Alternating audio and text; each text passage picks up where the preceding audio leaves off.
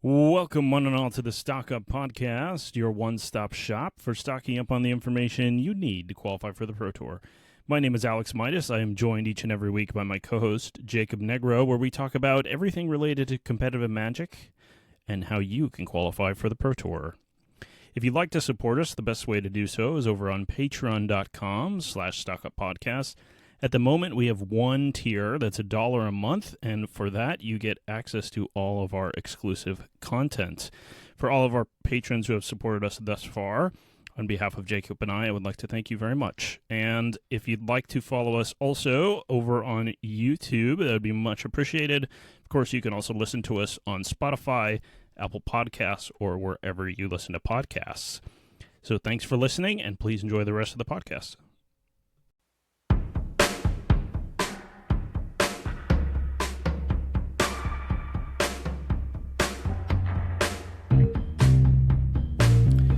So, Jacob, what have you thought so far about Teenage Mutant Ninja Turtles? It seems fine. I only played pre-release so far.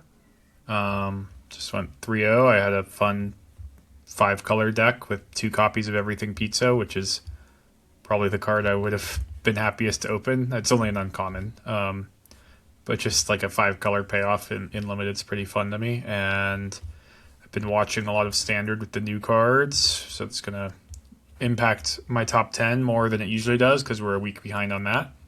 But yeah, it seems fine so far. I don't really mind, I just don't think I'm going to mind Universes Beyond that much in general when it's weird or whatever. It just doesn't bother me that much to say that I'm playing with pizza or turtles or whatever. Yeah, I mean, I kind of like Teenage Mutant Ninja Turtles. The art in this set seemed weird. Like, the pizza in particular, they went with this, like, pizza is gooey and sloppy and falling apart thing that I don't like. Yeah. I don't really understand. But, I mean, other than that, yeah, it seems, I was suspicious that it'd be a lot more like Spider-Man than it is, I think. Like, I think the cards are a little bit more playable than that. There's a little bit more depth. I can't speak to the limited format. I haven't played any limited yet. I'm hoping it's better. I mean, Yeah, so just a heads up, there's the Arena Qualifier weekend this month. Closer to the end of the month is TMNT sealed. okay.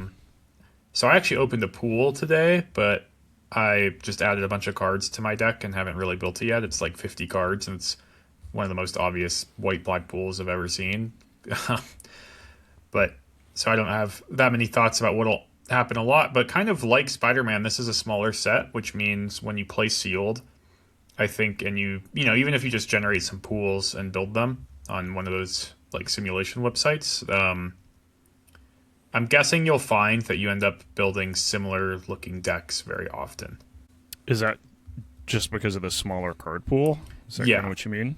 Yeah. Okay. You're just going to get a lot of the same commons from pool to pool is my interpretation, though I guess maybe that wasn't true in Spider-Man that I think about it, because someone told me it had the same number of commons as every other set, so it's the rest of the set that's small.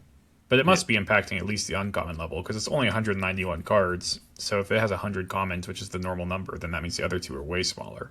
Yeah. And it depends a little bit how balanced all the cards and the colors are too, right? That can depend on Yeah, definitely. Yeah, and I have no knowledge yet if one color is horrible, like in Spider-Man Red was completely unplayable. But okay, yeah. so for ranking, we're ranking our top 10 cards for Constructed. Did you have an easy time picking 10 cards? At first I kind of struggled to find, I mean, I found enough cards, but it wasn't as long as the list as normal, and some of them I wasn't a huge believer in, and now after seeing some of the cards in action, I'm a bit more of a believer in some of them, so that's kind of nice. I'm a bit more optimistic about my top 10 lists being more real, but even ahead of time, I'll say maybe my top 6 are ones that I'm much more like a believer in, and the bottom 4 are a bit more skeptical, like, just a bit more speculative. Yeah, one of the things that's going on in my mind is it's definitely a weaker set. And Standard's really strong, so the bar's really high. If for that merit, like I don't think there's a ton of things that are going to pop up new decks, although maybe a lot of the stuff is just going to be inserted into sort of archetypes or shells we already have, I think, if Yep. they're going to be good. And they might not be as good as the Tier 1 options. They might be just some Tier 2 options, that sort of thing. But that being said, just rating the cards on their own merits against themselves, I mean, there's some pretty strong cards here. Certainly if the format was a little weaker, it would be more welcoming to them. Yeah, definitely. Yeah, they are really pushing, it seems like, some aggressive kind of archetypes that are, like counters or ninjas that they might not end up. They kind of have to redefine a whole archetype. A lot of my list is not just cards that I think are going to squeeze into, an existing deck minus my top card. Right. So, we always do some honorable mentions. What's your honorable mention, Jacob? My honorable mention is Skateboard, which is Nice. a 1 mana artifact equipment. When this equipment enters, tap target permanent. Equipped creature gets +1/+0 and has haste and has equipped for 1. It's my honorable mention because it's very similar to Lava Spur Boots.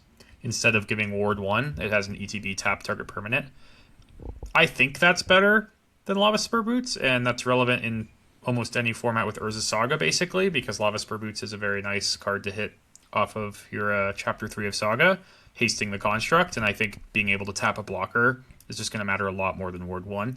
So you just might get a lot more lethals off of your Urza Saga going through a lot of chapters, especially in an artifact-heavy deck. And yeah, that's about it. It's possible, though. It would be higher on my list if I was more confident maybe that it was definitely going to replace Lava Spur Boots. So it's certainly like in the realm of possibility that in 6 months from now, everyone just plays Lava Spur Boots again. But I'm sure everyone's going to be trying Skateboard.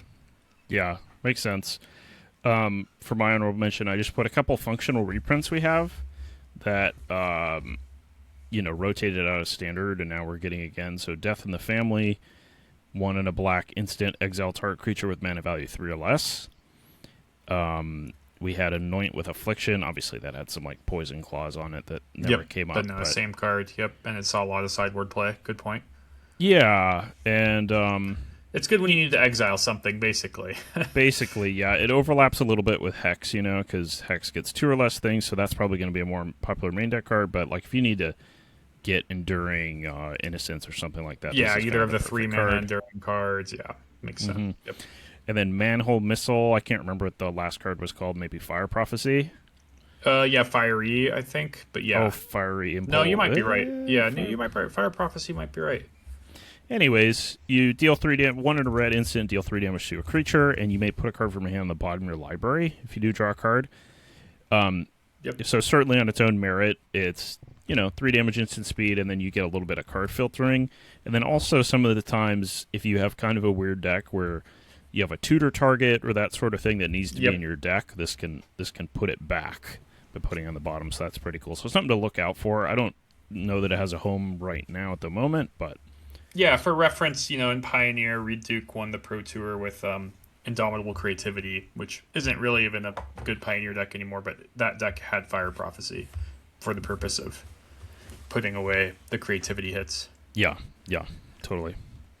Okay, so without further ado, get on to our top 10 here, Jacob. What have you got for number 10? I have Lessons from Life, which is 2 blue-green for a sorcery. It says, draw 3 cards. You may put a land card from your hand onto the battlefield tapped. I haven't seen this in action that much. I don't expect it to be some 4 of cards, but I do think the effect is kind of powerful, and there's not, at least in my mind, anything obviously taking up that slot. I guess the only thing that might be an issue is that you need to play at the sorcery speed. Yeah. So funny enough, I also have this 10th.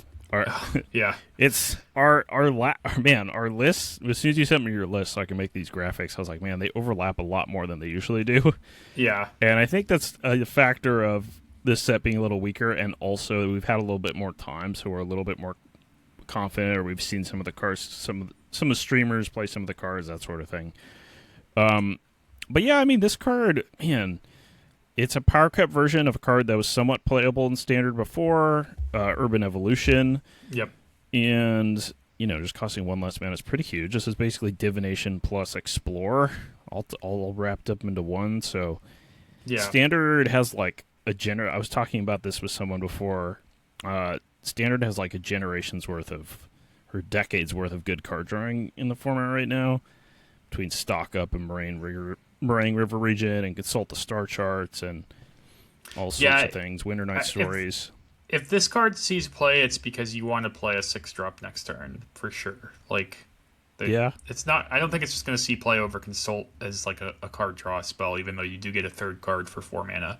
And Spelunking still in standard too. So if there's like a Spelunking style deck, this might slot into that. Especially because then maybe the untapped land could matter. Just things like that.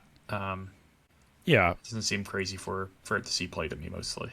I like that you could put some of this in your deck with Meringue River Regent, and then you could ramp onto it turn 5. It's not too bad. Yep. So, yeah, decent card. Yeah, and the mana is also really good in Standard right now. 3-color mana I think is just totally acceptable, basically. Which I think just kind of helps this type of card, because I think, being a straight green-blue mid-rangey style deck wouldn't really make sense. You're going to have to play a color that has access to good removal. Yeah, I agree. So, what do you got for number 9 then? So my number 9 is Cool But Rude, which is the new red. Is it a class? Is that the type of card it is? Yeah, enchantment class. So it's one of those ones you level up, like Storm Chaser's Talent. And it's kind of similar to Artist Talent, I guess, in a way. So it's 1 in a red. Whenever you attack, you may discard a card. If you do, draw a card, and then you could pay 1 in a red to make it level 2, which is whenever you discard a card, this class deals 2 damage to each opponent. And then you can pay another 1 in a red, which is when this class becomes level 3, search your library for a card, put it in your hand, shuffle, then discard a card at random, so gamble. And I saw a lot of people kind of hyped for this in the Rakdos Monument deck, and I wasn't really a believer, but I've actually seen some games with it, and I think it probably is correct for that deck to play it. I don't think it'll be good in Lessons or anything, but what's kind of powerful about this card is, it's another discard enabler. Like, you can play Moonshadow or Marauding Mako on turn 1, play this, attack, grow the thing you're attacking with, so it'll be a 2/2. It's not bad. And then maybe you're not leveling it right away, but at some point in the game, especially if you find a flail or the elf that lets you discard a card, so you basically just have the ability to discard your whole hand, you can hit this at level 2 and potentially just deal something like 10 damage, and, just especially because you get to attack, discard a card, deal 2, draw, and then discard the rest of your hand. So it's just like a lot of burn capability. And also the Chapter 3, not completely relevant in the deck that already has Flamewood Phoenix and Bloodghast. When you get that late in the game in this style of deck, I don't think you'll have a bunch of cards in your hand to be able to, tutor for a card and keep it in your hand, but it's pretty good at putting a card in your graveyard. Yeah, okay. I was also kind of down on this card. I haven't seen it in action, so it's interesting that you've seen it, that it's kind of decent. I just didn't really think it'd be good in Lessons, and I figured it might be playable in that red-black deck, but that red-black deck doesn't seem very good to me, so... Yeah, the red-black deck, interestingly enough, I thought was looking kind of good, and then it had horrible stats the last weekend before pre-release at all the events it was played in, so now I'm certainly more down on it. My only experience was like losing to it at a store championship where they had the 1-drop, they have 8 1-drops, but I'm sure that deck has a huge issue of if it doesn't have one of its 8 1-drops, it's way less scary. Yeah, they've got some powerful draws. It's just one of the cases where if their synergies don't come together exactly right, their cards are a little weak. And I was surprised with the decks I was beating it with. Like, I felt like I was beating it with decks like Blue-Black Control and stuff, where I felt like my matchup should be pretty bad, and it still felt kind of fine, so I don't know. Gotcha. But yeah, I mean, I like the gamble mode on this. That's like a nice plus. I like, it's kind of rough that you have to pay 2 and then pay 2 more to get it up to the mode you really want, but... Yeah, that's how I thought it was going to be, but then I stopped viewing it as you get it to level 2 and you start pinging your opponent out, and more that, like, you get it to level 2 and your opponent just takes 10 from it and they lose. Fair enough. I think is the ideal thing. And I don't think the deck, should play 4 or whatever, but maybe just a couple. Would you try to combo it with the red sneak card that's a Wheel of Fortune, or? No, No, I just think yeah, you can just get. It's not that hard to get 8 to 10 damage off this. I think once you get the repeatable outlet, and you're discarding your whole hand, so it better be lethal. But Sure. it can be lethal in combination with your attack or whatever, of course, because the deck has Marauding Mako and Moonshadow. Okay. Well, I mean, if it's really good in the deck, maybe it pushes the deck into being more playable. So Yeah, that's cool. For my number 9, I put New Generations Technique. So this is 3 and a green sorcery. Search your library for up to 2 basic land cards, put them onto the battlefield, tap, then shuffle, and then it has Sneak for 2 and a green. 4 mana explosive vegetation is not great, but the Sneak, I mean, if you could do this for 3 mana, this is kind of a huge bump on turn 3. I mean, on turn 4, after casting this, you'd be able to play a 6-drop, which is pretty powerful. I did consider, if people know you have this and they kill your little enabler, that might be bad for you. But if the thing is if they're spending mana and removal on some creature that you played early, then I think you could probably just buy yourself some time, and then playing this on turn 4 won't be as bad. yeah. Did you have is a the specific thing to sneak in mind? Yeah, so there's a lot of blue creatures at the moment that are pretty good. Blue-black midrange obviously uses them. You Yep. could use Spyglass Siren. Mockingbird's pretty decent with this because it's an X spell that you can clone something later once you pick it back up. Wan Shi Tong's kind of good with this. Yeah. Flash it in on 2 and then get Wan Shi Tong back, and then obviously you'll have a bunch of mana to play it again for make it bigger. You could also play this with there's a is it Michelangelo in this set where it has Sneak makes for them 2 green. Oh, okay. Yeah. Yeah. 2 green Sneak, 4/4, and you put it into play, and you put a big creature from your hand into play. And so you could play both of these in the same deck if you're trying to ramp into 6-drops, and then maybe some of the time you ramp on turn 3, and some of the time you do the ninjutsu thing and you hit with the 4-drop and then put in your 6-drop that way. So that was sort of my idea with this. Thought it was interesting enough. Yeah, again, I'm not works, stoked it's a lot with of acceleration. Yeah, it is. So that'd be a cool one if it was good. Obviously, yeah. I mean, this set's a little weaker. It's interesting because Standard's just gotten so big. It's hard for things to make an impact. But I still think some of these cards can be cool in some lower power decks. What do you got for number 8? For number 8, I have Casey Jones Vigilante, which is 1 red for a 4/3 legendary creature, human berserker. When Casey Jones enters, draw 3 cards. At the beginning of your next upkeep, discard 3 cards at random. This also is definitely headed towards the Rakdos Monument deck, but I think maybe just as a red aggressive card, it might be pretty good. I've seen it in action a little bit, and I think it's legendary, so you're already not going to play a lot of copies, but I think maybe you just want to put a couple in these 3-drop slots. And, these style of decks, I think, usually play 6-ish 3-drops anyways when you look at, the normal curve for kind of a red aggressive deck. And that's, maybe the top of their curve even. And I don't know, it just looks kind of impressive how, reliably you could play this and play, even 2 of the cards you drew. Play this as the last card in your hand roughly, and then draw a land and a spell you can cast, and then if you have an instant, you could still cast it in your upkeep. But it just seemed like it was actually kind of a good kind of refuel type of red card. Yeah, so I've got this at number 7. I also think it's good. It seems kind of generous. The 3 mana 4/3 is pretty large. Yeah, it's pretty big, and that's a big selling point for me. That it's on a good body because it's a good aggressive creature and it's a good top end for a red deck. So yeah, I mean, you play this even if you run it out somewhat early after dumping your hand, you can on your next turn, like you said, throw some burn spells at your opponent potentially. Yep. Yeah, and then the actual discard synergy or the discard. The Monument deck has Bloodghast and Flamewake Phoenix, and this has 4 power for the Phoenix. Just stuff like that. Yeah, maybe between 2 new cards for that deck, that deck will be something to try again for sure. Yeah, and it was I watched it in that deck where they didn't cast the cards they drew, but they just discarded them all to to flail and stuff for value before the trigger even came on the stack, and got just a big Moonshadow and big Mako, Right. And if you play this when you don't have many cards in your hand anyways, it's not like you're losing out on anything. Yeah. Okay. So, my number 8.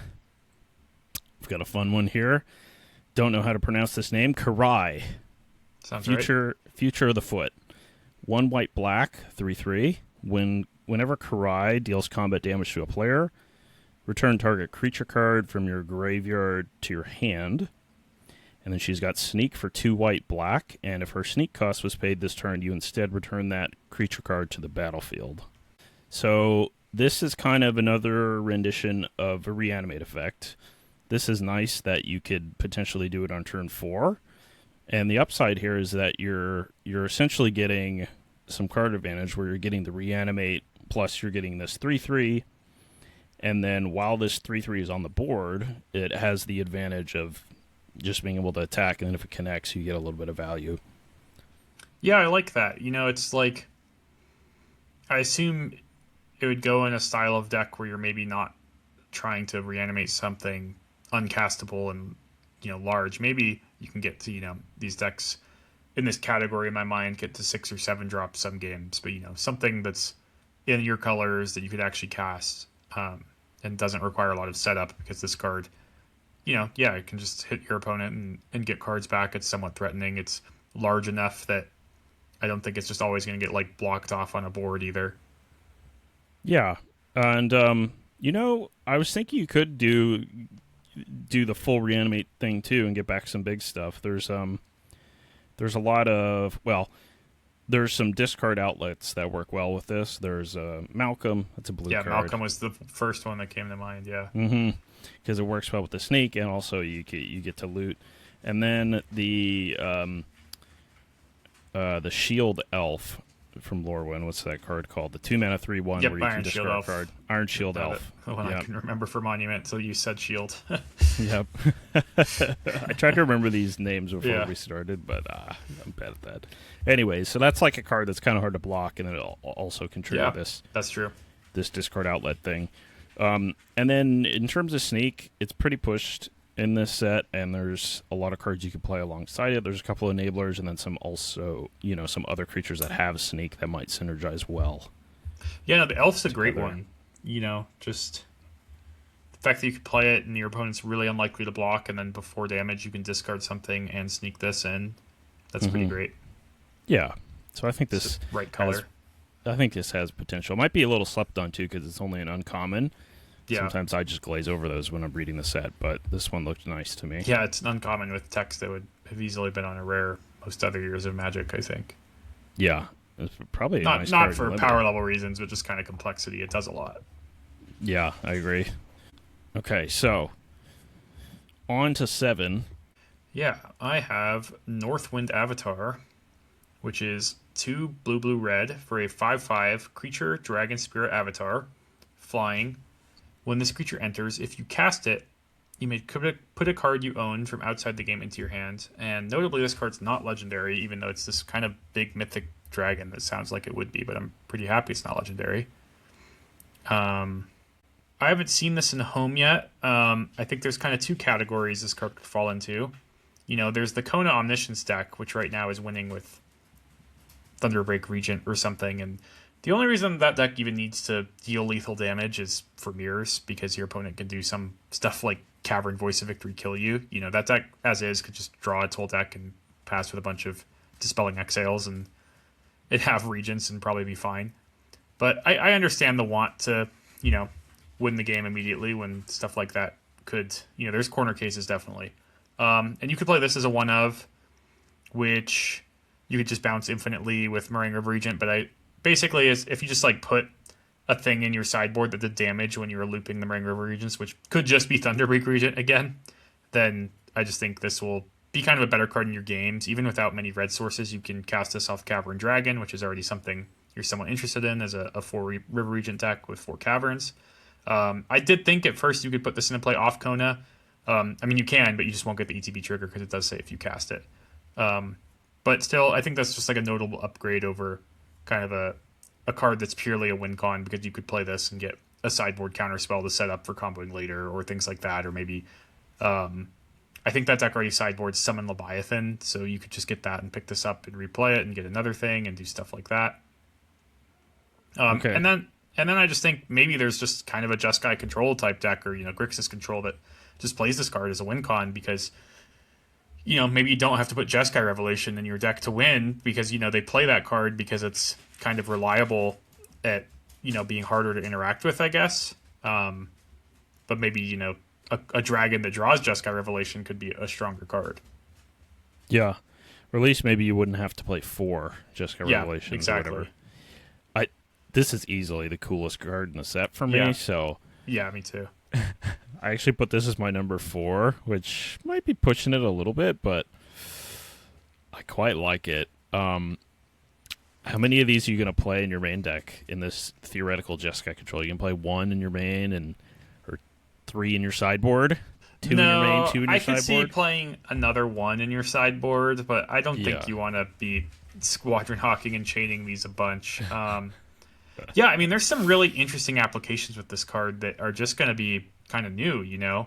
Wishes are typically combo finishers, but this is kind of a 5-mana 5/5 flying that comes with that is kind of uncharted territory.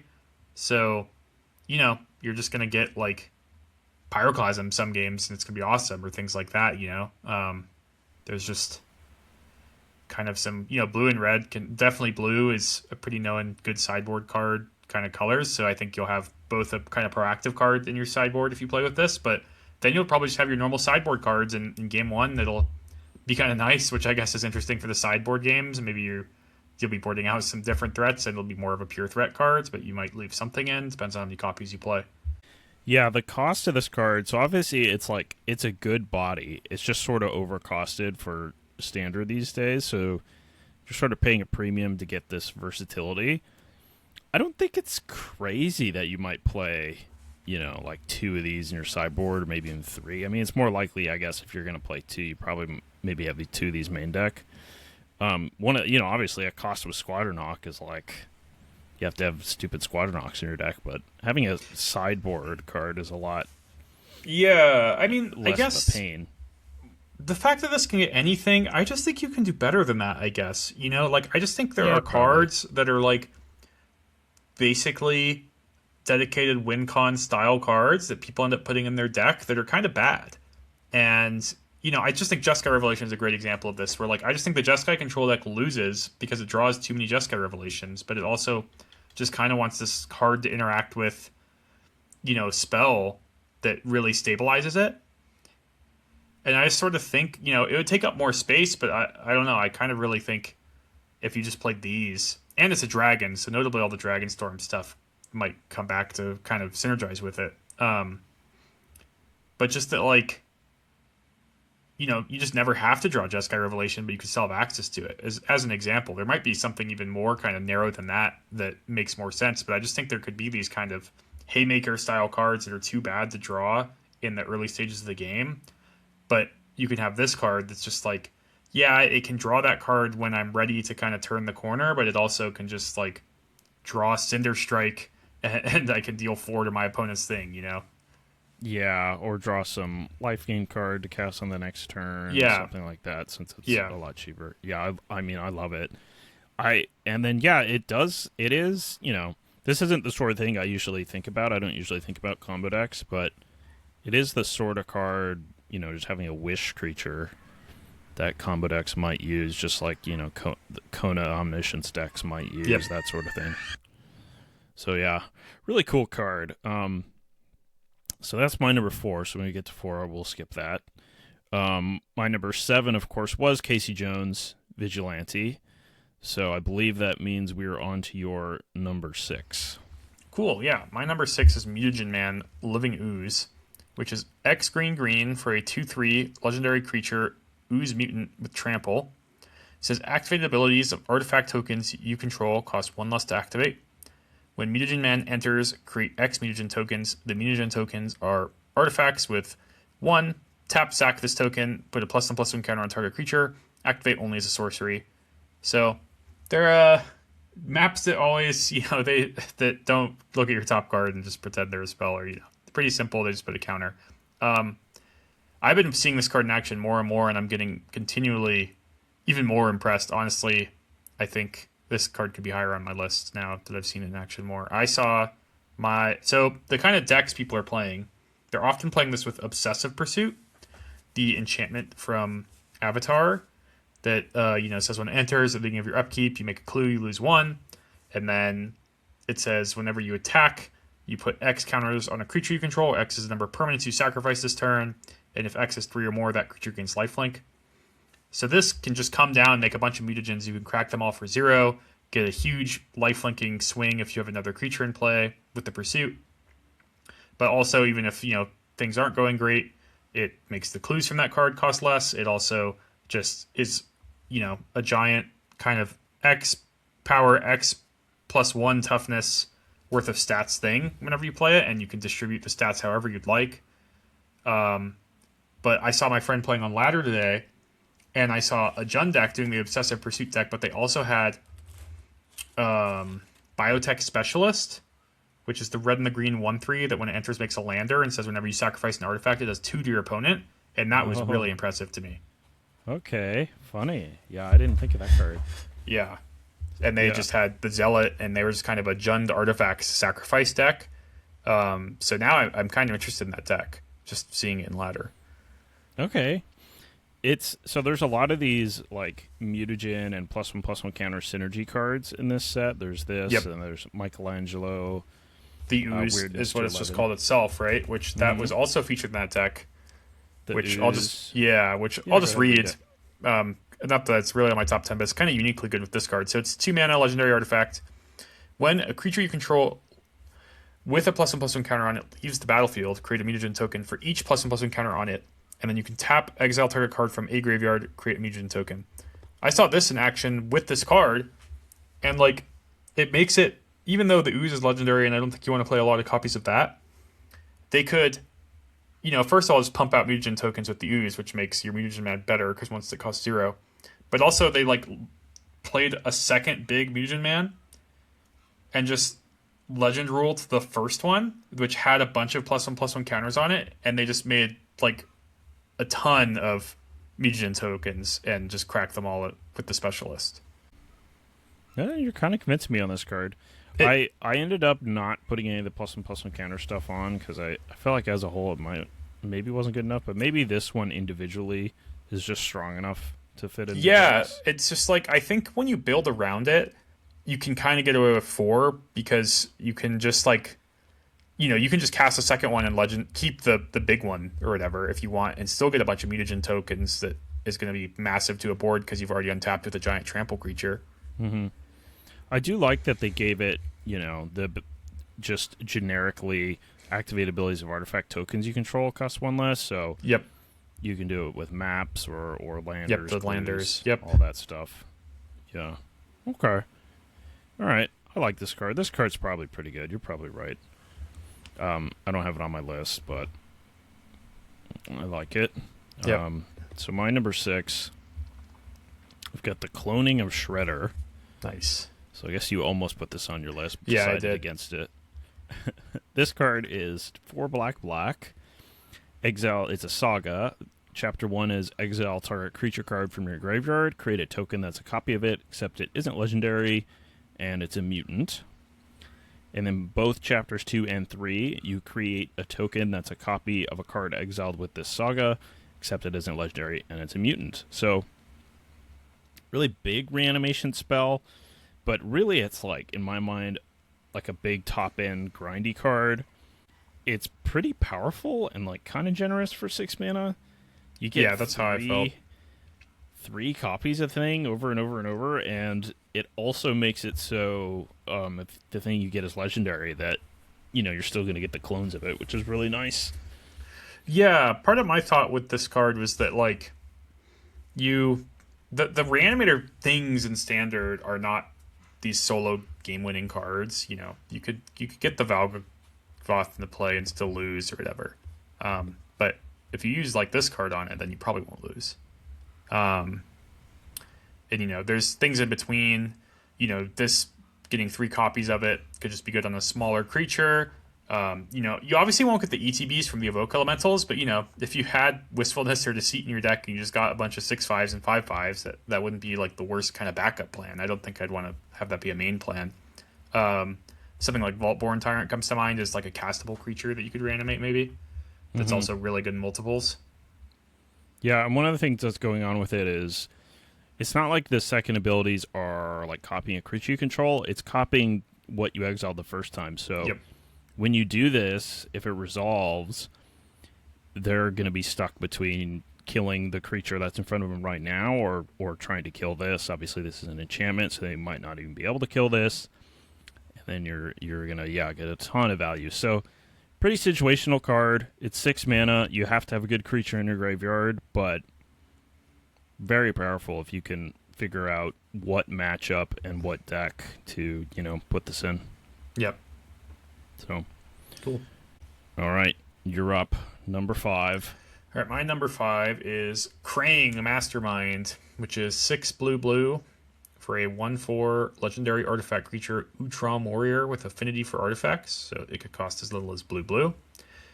When Krang enters, if you have fewer than 4 cards in your hands, draw cards equal to the difference, and Krang gets +1/+0 for each other artifact you control. This is definitely more of a modern thing in mind. And, it's still a little up in the air, but I've been seeing more results with it recently. People don't even really play 4 Thought Monitors, but I think, if you're just going to play like 1 or 2 of that kind of top-endy artifact thing, maybe this is the one. You get your hand empty, you get the draw 4 off it way more often. It's huge, even if it's not evasive. If you get the full discount on it, then it's at least a 7/4. It's nice in your Emry deck to have access to, I think, that type of card maybe. Just something really big to get off of Emry. And yeah, I just think it's probably going to just see play like that. I think it wouldn't be that... I think Thoughtcast is cheap enough that you can kind of just keep emptying your hand when you play all your Thoughtcasts, whereas I do think Thought Monitor and this card are going to be a bit more clunky. But like I said before, people don't even play Thought Monitor. But now I'm seeing them just try 1 or 2 of these in their affinity lists, and that makes a lot of sense to me. Okay, I'll take your word for it that this will be good in Modern. I actually did look around at a few affinity lists to see if they played Thought Monitor, because I did think of that card. Yep. And I didn't see a ton of them, so I was like, well, I don't even know if this is guaranteed better than Thought Monitor. It is in some ways. And then, there's like a lot of artifact payoffs. In this set, for Standard, I saw Gab playing a bit with them. They didn't seem great. Yeah, I saw him playing it in Standard. Yeah, the other thing about Thought Monitor is just kind of like the Affinity deck really needs its payoffs to, I think, hit for large chunks of damage. And Thought Monitor is just so committal. It's pretty similar to this on how many artifacts you want. So if you're going to get that far in the game, I do think that even if it's not evasive, just, that deck's not playing Cranial Plating or anything like that anymore. So the Thought Monitor is just like purely a 2/2 flying, which is kind of small ball at that stage of the game. Gotcha. So the body here might actually matter. Yeah, I think the fact that, it's going to be hitting creature for half your opponent's life total is going to, even if it's chump blockable, I think that's still going to be a big deal. Yeah, makes sense. Do you know anything about the Ninja Turtle lore? This guy's kind of crazy looking. Not with this guy. He reminds me of Dr. Eggman. All I know about Ninja Turtles is the those live action movies from the 90s, right? Yeah, I've probably only seen one of them. So it's like I know the 4 turtles, and I know Shredder, and I know Splinter. I know Casey and April, and that's probably the extent of my knowledge. Yeah. Okay, well, apparently number 5 is our villain here, because I've got Toka and Razor, terrible 2s, 2 black-red hybrids for a 3/2 legendary creature. This spell can't be countered. It has Menace, and as whenever a player casts a spell, if the amount of mana spent to cast it was less than its mana value, Toka and Razor deal 3 damage to that player. So, first of all, the spell can't be countered clause I think is pretty relevant because of Spell Snare. I learned it's more relevant. It's relevant on really expensive cards and 2-drops right now. That's definitely Yeah. It's decent text nowadays. Yeah, I Yeah. learned that with the squelcher. The most annoying part of the squelcher was that you can't spell snare it. Yep. Yep. Um, Definitely. this is a downside that it's a legendary because it's the kind of creature you might want to play a lot of in a red deck. Like I feel like the red deck is actually doesn't have great 2 drops at the moment, and this Yep. is pretty good. Menace 3/2, and it's gonna know your opponent for 3 a decent amount of the time. There's like sneak is casting, so sneak might get nugged for Yeah. 3. Also, your Quantum opponent has Riddler. to kill this before they start doing stuff with Grand and Artist Talent, right? Oh yeah, yeah, that's true. Grand Artist Talent, and I then mean, the three Evoke is a lot of Elementals. damage. Yeah. Yep. The Evoke Elementals, Hearth Elemental, Eddie Crab. There's a lot of stuff it hits. Mm-hmm. And Yeah, yeah, they do these. They do a good job now with these Punisher cards. I think where, they used to be on like 2 mana 2/2s or whatever, and they were horrible. And now it's actually on like a card that you almost are kind of happy with, even if the Punisher mechanic doesn't work. right. Yeah, 3/2 Menace. I mean, honestly, I have a mono red deck built in paper that I like lend out to some people. Usually, I don't play it, but it's missing good 2 drops, especially since the mouse synergies aren't really there anymore.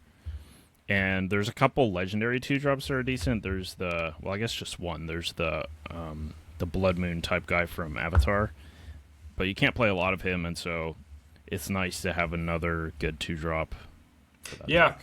Also, the hybrid cost and being black red is going to open up the possibilities of where this might see play too, right? There might just be a black aggro deck one day or things like that. Yeah, or some kind of cyber card. Definitely, for really aggressive decks only, pretty much, but Yep. I like it. Okay, so Super Shredder, huh? Yeah, my number 4 is Super Shredder. I'll read it first. 1 in the black, 1/1 legendary creature, mutant ninja human menace. Whenever another permanent leaves the battlefield, put a +1/+1 counter on Super Shredder. Honestly, I wasn't that big of a believer in this card, and this set's also, not the strongest. So being number 4 doesn't mean I'm a huge believer either. But it's been pretty impressive to me seeing it in play. It's getting absolutely massive. It counts both players' things leaving the battlefield. So those tokens, or you just cast Reckoning Hex on your opponent's guy. This gets a counter, stuff like that. It's not like Moonshadow where it triggers, from mill or cards in hand. It definitely has to be from the battlefield. It leaves the battlefield though, so it's not like Rest in Peace is going to stop it or anything like that. It also works with Sneak and Ninjutsu. And yeah, I mean, it's got Menace, so that helps a lot, and I just keep seeing it in play, and it's absolutely massive. It's, part of that Mutagen Man deck. I think this card's a little bit harder to justify putting a lot of copies in your deck because it's legendary, but I think it might just see a lot of 1 or 2 of play. Also, all the things I just said I've kind of noticed in Modern too. Yeah, I was wondering if this would be good in Modern.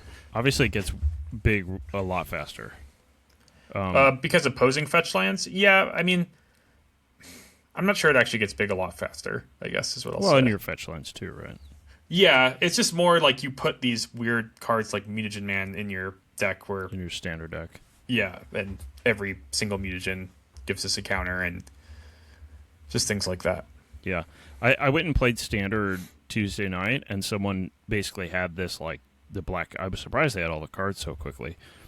But we have one store locally that has a lot of stocks. They probably got them from there. Yeah. But, yeah, they had, like, the black-green tokens deck. They had Super Shredder, and they had Mutagen Man, and Michelangelo, and that sort of thing, and Super Shredder wasn't great. It could have been my deck. I was playing my white-black token decks, and I have a lot of removal for cheap creatures. But, like, if this ever got big, I could kill it, and a lot of the times it just didn't. Got it. So that was one of my experiences with it. It's also the sort of thing where, unlike a card like Tarmogoyf, which is also this, 2-mana giant creature, you can kind of peel it late in the game, and it's really Absolutely. small. Yeah, I got to say, if I could remake my list, the Mutagen Man card would be way higher, and this would be lower. Okay. Swap them maybe mentally. Yeah. Yeah. It's funny too for those of you wondering, we don't talk to each other really about our lists beforehand because it's more fun to see Yeah. what we put individually. But sometimes that, we definitely influence each other a little bit when we're talking. Okay, so yeah, Super Shredder, maybe. We'll see how it goes. My 4 was Northwind Avatar. So we have the same top three in the same order. Do you want to talk about it first, so I don't just? Sure, Yeah, yeah. So it's a little odd. this was Number independent, like three, you said. it was independent, and he sent me his list, and it was the top three in the exact same order. So these are probably at least some of the best cards in the set. And this was a late addition for me, which also means I've seen it in play more and Yeah, had some yeah, convincing arguments. yeah, yeah. So Dream Beavers, black, 1/1, flying. When this creature enters, each opponent loses 1 life, and you gain 1 life. Scry 1. So nice little enabler. It's in this set in particular, we've got sneak. It's really good with that.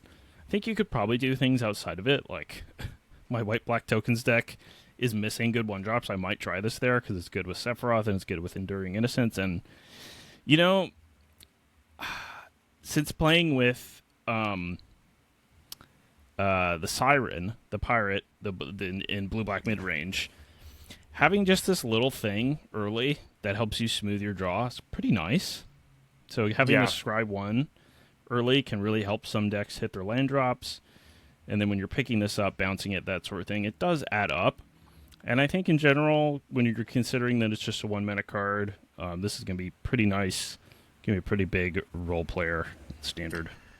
yeah. I can't imagine registering this card without Kaido. I'll say, but that extends to I think Pixie decks, Esper Pixie, and maybe the full-on Esper Ninjas deck, which I'm sure on our next card we'll probably be talking about a little bit. Um, you know, I was listening to Midweek Metagame, and Edgar mentioned he wasn't making a direct comparison, but just that it's offering reach in a way that Hopeless Nightmare used to offer, which you don't have anymore. The discard a card part was super relevant, but also Tiny Bones joins up is not like a very good card for a reason. A year ago or whatever for Pro Tour Aether Drift, I said Tiny Bones joins up compared to Hopeless Nightmare is like if Monstrous Rage didn't give +2/+0 and just gave a monster roll, and it's like this card, giving a 2 life swing every time it enters and the Scry one, it's a lot of stuff that adds up that matters in a game. And when you're just bouncing this and replaying it with Sneak or literal, Pixie even maybe, I just think it's been surprising how good it is, and it's just dealing, 3 or 4 points of damage by itself on the ETB some games, plus all the little attacks it gets in. Yeah, I would say it's roughly as good as Spyglass Siren. Yeah, Um, I think so, but I also don't think of that card as very playable without being that, kind of sneak ninjutsu deck. sure. Um, Although That's a good people, comparison, though. yeah, and I feel like I do think people played Spyglass Siren in spots here and there, Yeah. and maybe this will see more play because it's a different color and all that, and it does slightly different things, obviously. But so yeah, there's nothing in this set at all that I think is just like a huge game changer for standard. But this is Yeah, a and nice one. there's a lot of people playing with a lot of the new sneak cards, and this card being printed, I think, is important for those. Yeah, and that to be fair, that does make this card look better because people are trying all the cards that work with it. Yeah, but it matters, like that, and for this card included, that this you got another good enabler. I think it's Totally, important to get these things down. it is. Yeah, and in a different color too, giving you more options. Do you want to talk about number two? It's a Yeah, sneaky boy. the last Ronin's technique is 3 and a white. It's an instant. It has sneak for 1 and a white. So sneak is you may cast this spell for its sneak cost, which in this case is 1 and a white. If you do, you also, or sorry, not if you do, but if you also return an unblocked attacker you control to your hands during the declared blocker step. So very similar to ninjutsu. Notable difference is it's working with non-creature spells. If you do sneak in a creature spell, it'll say it comes into play tapped and attacking. And you have to do it before damage, not in the damage step, kind of trickily like other sneak cards have been. And you put the spell on the stack for your opponent to counter it, potentially. Or maybe for your own cast triggers, like Cosmogrand Zenith or something. Anyways, this says create 3 1/1 white ninja turtle spirit creature tokens. If this spell's sneak cost was paid, they enter tapped and attacking. I've seen some kind of white weenie-ish decks that look kind of cool with this. It's kind of cool with Voice of Victory even. But the most impressive thing about this card to me is that Kaido is in standard, and I see the decks that they range from how ninja heavy they are. I've seen some that are like all ninjas. I've seen some that have Voice of Victory and Kaido, which is a combo we've talked about multiple times before. And if you play this combination in your deck, you probably should just plus your Kaido almost every turn of the game, and you will sneak this in at some point, and it's just been like 3/5/5 sometimes or stuff like that, and it's instantly lethal because they're tapped and attacking if you sneak it in. Yeah, this is funny. So this is kind of an unassuming card, maybe. I mean, I probably wouldn't even put it on my list but I saw some people playing with it, and I was like, oh, this is an excellent card. I agree that Kaido is a big part of the equation. Kaido is like one of the best cards in Standard, and for the most part, its plus ability is just not very good. Yeah, its plus ability is underrated, I'll say. I had this discussion at the PT about the good Dimir players. I think they plus their Kaidos way more than other people do, but it's just to grow the Kaido, obviously, to be clear. Yeah, so you can kill your opponent faster. Yeah. But that's like a pretty small use case, whereas if you put Kaido in a deck where you've got this card and maybe other ninjas as well, then the plus just becomes excellent. Yeah. I think even, if you think about, let's say you play just a Dream Beavers on turn 1 and like a Spyglass Siren on turn 2, and you hit a land with the map, and then on turn 3 you put in Kaido, your opponent has taken like 4, 5, 6 damage already, and you plus the Kaido. And then next turn you pre-combat plus the Kaido, attack with your flyer you still hadn't played in Kaido, and then sneak this in. Then they take, it's 9 to take 14 damage. It's 20. It's Yeah, it's a ton. It's fast. And you could imagine you have more emblems than that maybe throughout a full game. And that was only, 2 of your mana. You could have cast a removal spell or something like that. You could also sneak this in and pick up one of the tokens and sneak another one in. Stuff like that. And they're not, they don't have a chance to block these things if they couldn't block your flyer, for instance, but they had ground blockers. Yeah. Because everything's now unblocked, so they can't like go back and block these creatures. And the Kaido emblems just can't be interacted with. And this card's an instant. It doesn't need to be it's not like you need it to be an instant for Sneak to work, so it's just like I can imagine versus a control deck, just getting your Kaido down, plussing it immediately because you're a ninja deck, it gets get lost immediately, things like that. But then just, if you stack up a couple emblems, then just being able to flash in such a huge amount of power, even if you don't get the sneak in, is pretty similar to sneaking it in. Yeah, and even without Kaido, I mean, to be fair, I think probably people are going to play Kaido with this card. But even in just like other token style of decks that might have different kinds of anthems, 4 mana instant is pretty fair for 3/1/1s. You definitely want to be playing some sort of anthem, I guess I'll say. If you, some there's sort definitely of anthem. The option in White Weenie exists, and there's even the lands, the wind, the air temple, so I'm sure there's plenty of options, but Mm-hmm. And you'll want to be able to sneak this a good amount of the time too, but the flexibility is very nice. This could have easily been a sorcery and still been a good card, so that's nice. Yeah, and we've mentioned, Voice of Victory is good with Kaido in the sense that you usually get to always sneak with it, and, that Voice of Victory plus this card don't require other colors to go in the same deck. That's just could be a start to your white deck.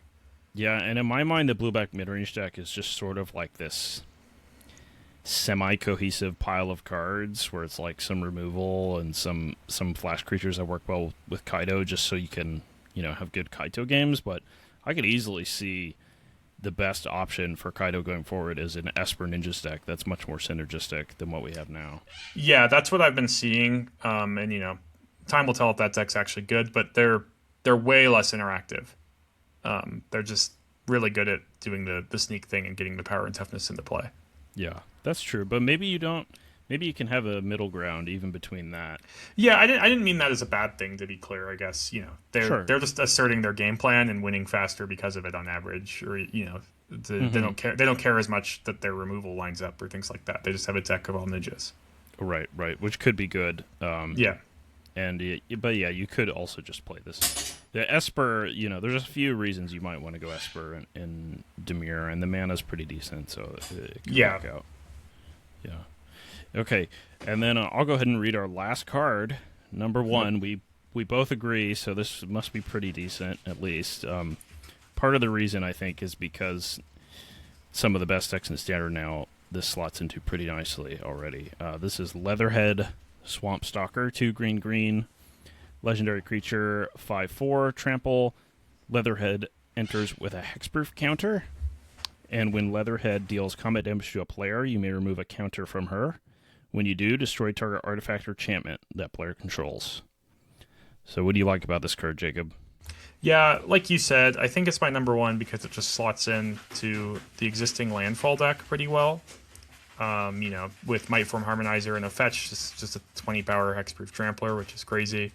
You can also get counters on it by other means and remove those, which might be pretty potent, especially against Lessons, which is another popular deck. Stuff like Earthbender Ascension or Bristly Bill. I think I've mentioned this before, but I'm a huge fan of Bristly Bill in the landfall deck, and this card just makes me like Bristly Bill even more. And there's also, I think the rate of this card isn't required to be in exactly landfall or to play with Harmonizer either. I think it just might see play in other places. I saw someone point out you could use the Blight one of Requiting Hex with this, just to get a -1/-1 counter on it, and then remove the counter to destroy your opponent's thing. So that's pretty cool. Oh, yeah. Yeah. Yeah. I can't believe this has hexproof and trample, first of all. I mean, that's just like a crazy amount of stats Yeah, to it. it's a rate we haven't really seen before. Just this Thrun like thing, but also with trample. I guess is they've printed Thruns before, but Thrun's also been a really potent deck card for sub decks to deal with. Just a nightmare is the whole kind of point of that card existing, and that's how I think this is going to be. Yeah, exactly. And I mean, artifacts and enchantments are kind of the best they've been in a really long time. Almost all decks have them, and it's not lost on me that one of the main competitors for the top dog slot in Standard is Lessons, and that has all sorts of artifacts and enchantments you want to remove. So very Yeah, nice card. yeah. I had this at pre-release actually, and I Nice. traded off with it twice, just because it's kind of worse than limited because people are more likely to just play some big green creatures themselves. But I also removed the hex proof counter in 2 different spots, which has to survive combat to be able to remove a counter from her. But my opponent just had a rare artifact twice. Nice. Yeah. Yeah, and like you said, you can get counters onto this, which there's plenty of ways to do it. If you're playing black, you can blight. If you're playing, a lot of the green cards right now will give this creature counters, and the fact that you can remove those counters and still keep hexproof is really nice. So, slam dunk card for sure. It is legendary. It's 4 mana, sorcerer speed, all that. So maybe you're not playing more than like 2 in your deck, but Yeah, super. I'll add to the where do you put it in landfall conversation because I think that's a big topic right now. And in my mind, like you could maybe move away from Sapling Nursery. I like that card to be clear, but maybe just be more of the pure on Stompy deck because it is hard to just cut things that cost less than a 4-drop to add a 4-drop to your deck. So Totally. that Maybe you deck could just add some accelerants to that deck. yeah, some more rampant growth style cards. I've played with Glimpse the Core a little bit, or if you're splashing a color, you can play Shared Roots. That's fine. Stuff like that could definitely, come together with this pretty well. That's probably how I'd fit it in. Yeah. Okay. Well, that is our top 10. Let us know what you think if you're in the Discord. What would your top 10 be, and does it overlap at all with ours? Before we wrap up, we can do something that we normally do, which is look back at our last top 10, just sort of briefly. Let's see, what was the last set? Lorwyn Eclipsed. So, yeah, looking at it, how do you think you did with your top 10 for Lorwyn Eclipsed? So I had Wistfulness as number one, which I don't hate. I don't think it's number one. Emptiness was pretty bad. Lockmare was pretty bad. The Squelcher, I guess, did what I said, but not in a great way. I probably had Ajani too high. Moonshadow's actually been pretty impressive to me in the single standard deck it's in, but also in some modern decks. I think the biggest miss on both our lists, if I had to guess, is pretty not guess, but I guess I'm not like looking at the whole set, but Deceit seems like the biggest miss we had. Yeah, I agree. Neither of us had Deceit. I mean, I did think Deceit was a fine card. I underestimated how good it would be with Spider-Man. I maybe didn't even realize that synergy. I think I mentioned it, but I also clearly underestimated it if it didn't make my list. Yeah, Like I knew that you could do that. that and the fact that there's just really something for when a color gets something that breaks the color pie that's very useful. Like blue black having access to a Vindicate is, especially in Yeah, this format, is kind of a game changer. We both had Spell Snare pretty high. Yeah, that's good. Uh, I'm glad I had Requiting Hex high. Formidable Speaker, funny enough, like saw a lot of play right away, and then now it's kind of fallen off a bit.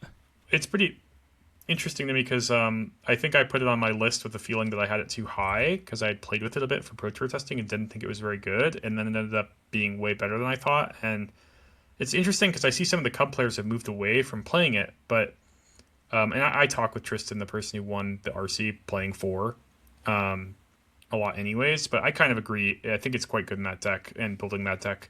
Um, I think the best way to describe that the Simic Cub deck, then people have kind of realized, is like the Legacy Elves deck, where you're literally still putting Craterhoof into play, and you're just trying to like assemble this big kind of flashy turn to do that a lot of the time, and you can kind of because you're playing a bunch of little green creatures, you can certainly beat down a little in the meantime, but you're mostly just like always ending the game with Craterhoof. And also, I think people kind of maybe play with Badgermole Cub in the wrong way sometimes, where what you actually want to do is set up a bunch of Mana Dorks in play and then get the Cub down. And Formidable Speaker kind of forces you to do that because I think similarly, you can have this deck with their bullets, but actually one of the most tutored cards with the Speaker is Cub. It's like Cub Riddler and stuff like that. But just setting up the turn 4 kind of Cub plays. It also ended up being, I think, a hedge against Spell Snare for those decks, where you could play Elf on one, and if your opponent was planning on passing with Spell Snare, you actually had a 3-drop to develop with. Mm-hmm. Yeah. So, good card overall. Still. Yeah. Yeah. I wish I had Sunderflock on my list too. I feel like that's that would have been a good one. Yeah, definitely. Pretty warping mattered a lot. Yeah, and then Ajani, I overestimated Ajani, which actually surprised me a little bit. I do still think it's a good card, and it fits well in some decks, but it's not really good in blue-white control. Like, not good enough, anyways. And then we said the Shocklands as our honorable mentions, so I don't want to say we didn't mention them, but I do want to point out, we have Is It Prowess is kind of a resurging top deck in Standard, and Spellmentals obviously did really well at the Pro Tour, and people are still playing it with pretty good success. And I just think those decks might literally be like not playable without Steam Vents. So right, yeah, because they're so focused they're just so on blue and red. Yeah, really, to put time. Opt and Sleight of Hand and a bunch of other cheap spells in your deck, and even Spell Snare I think really needed Steam Vents, stuff like that. Mm-hmm. Something I'm pretty disappointed by is for like the bottom half of my top 10, I did this thing where I kind of picked one of each thing from the kindred types, hoping they would be good, and kind of none of them were. Like, none of the kindred types really did much. Yeah, I have a funny thing about Mutable Explorer, because I think we shared our thoughts on that, and it's like a demon and a dragon, and I was playing a store championship and talking to a friend, and he built a Junn's kind of demon dragon-y deck with that card, and had me take a look, and I looked at it, and I said, have you thought about playing with Furdock Core, the 3-mana Manalith that's a changeling? And then I said, I think the core is just better than the Mutable Explorer. Yeah. Like, it just gives you the mana right away. It's any color. Especially because those decks are playing with Caustic Exhale. You can just play the core and Exhale on turn 3. It's real sad. Once I started playing Limited, and I realized how mediocre the Mutable Explorer was even in Limited, I was like, uh-oh. Yeah, at pre-release, I had the Explorer in one of my decks, my second pre-release, and it was my 23rd card. Like, yeah. I was like just asking, I was asking my friend, I'm like, I think I'm just going to cut this rare from my deck that's just green based, and it just doesn't even look that good, and I'm not really doing the changeling thing, and I'm like, whatever, I'll play it, I guess. over my. It was probably my 24th card or whatever, but I put in a Yeah. different or I took out a different card instead. Yeah, so being only decent and limited is a pretty big tell for it. I don't know why it's so tricky. It looked so good at the time. I mean, now I look at it and it looks terrible, but I was tricked for sure. Yeah, I think a big thing is just like I think Mutavault being a changeling is not that relevant. Getting the creature off it is fine, but like it just the core just won't die for your unholy annex anyways or whatever. If you if you're trying to play that. Yeah. Welcome, one and all, to the Stock Up Podcast, your one-stop shop for stocking up on the information you need to qualify for the Pro Tour. My name is Alex Midas. I am joined each and every week by my co-host, Jacob Negro, where we talk about everything related to competitive Magic and how you can qualify for the Pro Tour. If you'd like to support us, the best way to do so is over on patreon.com/stockuppodcast. At the moment, we have one tier that's $1 a month, and for that, you get access to all of our exclusive content. For all of our patrons who have supported us thus far, on behalf of Jacob and I would like to thank you very much. And if you'd like to follow us also over on YouTube, that would be much appreciated. Of course, you can also listen to us on Spotify, Apple Podcasts, or wherever you listen to podcasts. So thanks for listening, and please enjoy the rest of the podcast. Okay, well, that'll do it for this one, folks. Thanks for listening, and we will see you next time. Thanks. So there's been kind of a lot of negativity for Teenage Mutant Ninja Turtles, both online, but also surprisingly, at least for me, locally as well. Have you experienced this, I'm sure? I've seen the negativity, and I believe everyone talking about pre-release things. It made me kind of appreciative of the store I play at, I guess. I know that Avatar and Final Fantasy completely sold out for their pre-releases, and they were obviously much more popular than this. I would say the store I play at maybe seats 100 players if they sold out for pre-release, and they did for some previous ones. I still felt like there were 40 or 50 people here though playing That's pre-release. pretty good. Yeah. I think ours had less from what I understand, but I didn't actually go, so I don't know. Yeah. But I was hearing that it was a lot less, but I don't know. I know some people that like it. I do think it's a pretty big step up from Spider-Man for what it's worth. Yeah. And I think the Universes Beyond thing, I kind of wish they would stay more towards more fitting. I talked to things with Universes Beyond in Magic. Yeah, I talked to a Pro Tour friend, and he lives in Austria, and I just realized that these Universes Beyond things, it's Marvel and Turtles existing in America just must make it so much worse internationally. Oh, probably they're not even very attached to them at all. Yeah. Yeah. I've been playing Helldivers 2 on PS5. It's a super fun extraction shooter game, and they don't. There's a lot of satire in their game, so they already don't take it too seriously.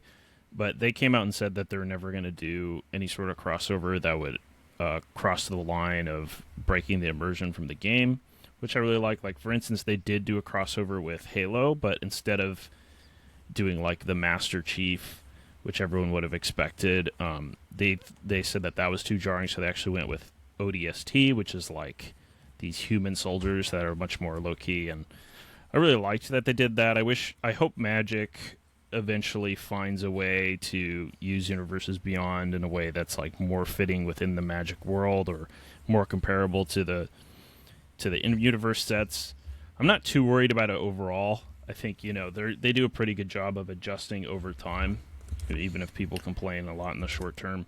Yeah, people complain a lot, and sometimes I hear these things from Mark Rosewater and such about how they sell, and I'm not sure if he's talking about at the store level or just what the distributors bought from them.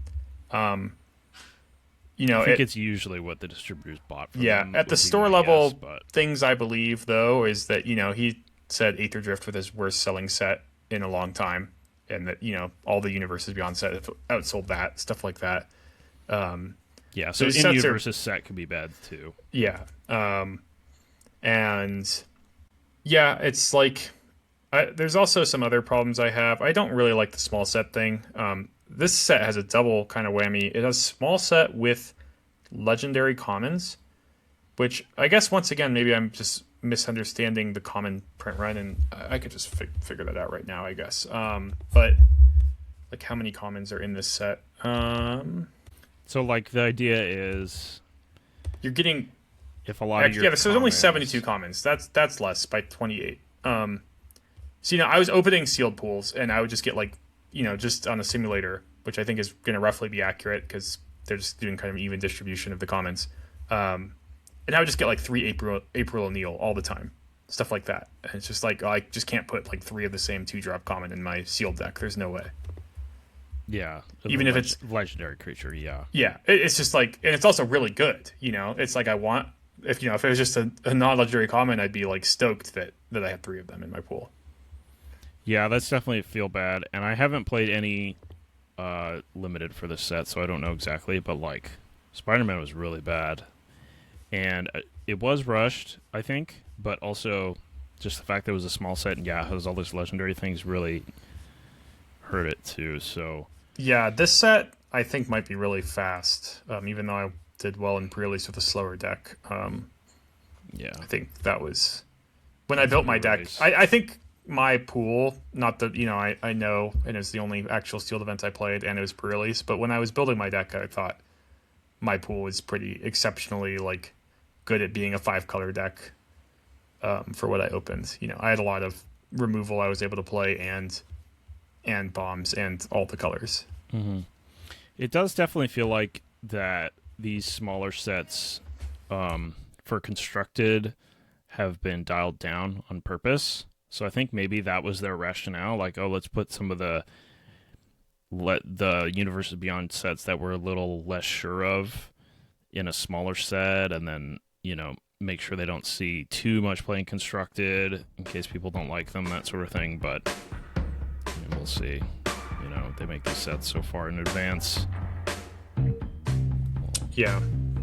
But I'm not super looking forward to Star Trek now that we've got the... Yeah, that one's not really gonna hit for me either, but I'm sure The Hobbit, is gonna get a lot of interest, stuff like that. But I've never really watched Star Trek either. A lot of animes I think would do really well here, but those are gonna be harder ones to get, I'm guessing. Probably.